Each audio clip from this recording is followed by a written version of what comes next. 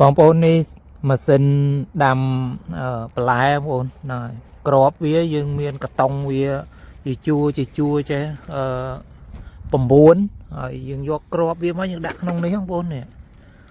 ហើយក្របវាដាក់ក្នុងហ្នឹងមកពេលដែលយើងបច្ឆេះទៅអានេះវាវិលអញ្ចឹងវាវិលទៅវាក្របវាធ្លាក់មកតាមជួរហ្នឹងហើយហ្នឹងហើយដល់ពេលដែលវាធ្លាក់ទៅវាមានសម្រាប់សកត់ក្របវានេះបងប្អូនហ្នឹងទូចហ្នឹងតែនេះគឺយកម៉ាស៊ីនសាំងយកមកដាក់ពីលើហ្នឹងទេនេះសម្រាប់វាយដីអានេះដូចរឡូអញ្ចឹងហើយវាមាន2មុខមួយក្រោយមួយហ្នឹងហើយវាដាំស្រួលម្យ៉ាងដែរបងប្អូននៅពេលដែលយើងវាយដីឲ្យស្អាតចេះទៅហើយយើងបច្ឆេះម៉ាស៊ីនដាំទៅវាអត់ពិបាកទេបងប្អូនហ្នឹងហើយវាស្រួលម្យ៉ាងដែរ